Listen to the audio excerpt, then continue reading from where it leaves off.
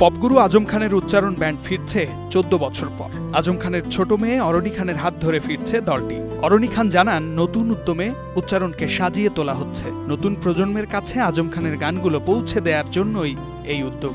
অরণি আরও জানান, আজম খান গানগুলো যেভাবে গাইতেন, ব্যান্ডগুলো গাইতো, সবকিছু একই রকম থাকবে। লম্বা সময় পর কণ্ঠে নতুন গান তুললেন কিংবদন্তি সাবিনা ইয়াসমিন। দেশের গান দিয়ে ফিরছেন তিনি। রাজধানীর একটি স্টুডিওতে গানটি রেকর্ডিং সম্পন্ন হয়েছে। গানের শিরোনাম প্রাণের বাংলাদেশ। আরিফ হোসেন বাবুর কথা ও সুরে গানটির সঙ্গীতায়োজন করেছেন তরুণ সুরকার রোহান রাজ। প্যারিস ফ্যাশন উইকের এবারের আসরে নজর কেড়েছেন অস্কার জয়ী সঙ্গীত শিল্পী এ.আর রহমান। ইয়ারা পাঞ্জাবি শিরোনামের একটি গান প্রকাশ করেছেন তিনি। মজার ব্যাপার হলো, বিটিএসের যে হোপও এই গানের সঙ্গে তাল মিলিয়েছেন। সে ভিডিওটি নিজের ইনস্টাগ্রামে শেয়ার করেছেন এ.আর রহমান নিজেই। তাতেই নানা মনে নানা প্রশ্ন। বিটিএসের যে হোপের সঙ্গে গাইবেন এ.আর রহমান? এমন প্রশ্ন উঠে আসছে নেট দুনিয়ায়।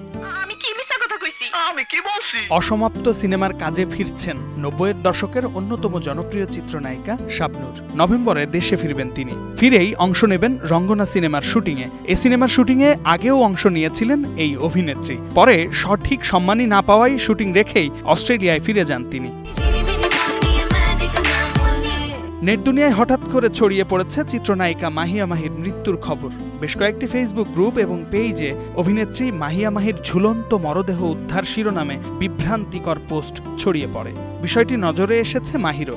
নিজের মৃত্যুর খবরে হতবাক তিনি। ফেসবুকের পোস্ট করে জানান, খবরটি সম্পূর্ণ মিথ্যা, তিনি সুস্থ আছেন। শামীম বিশ্বাস, স্টার নিউজ।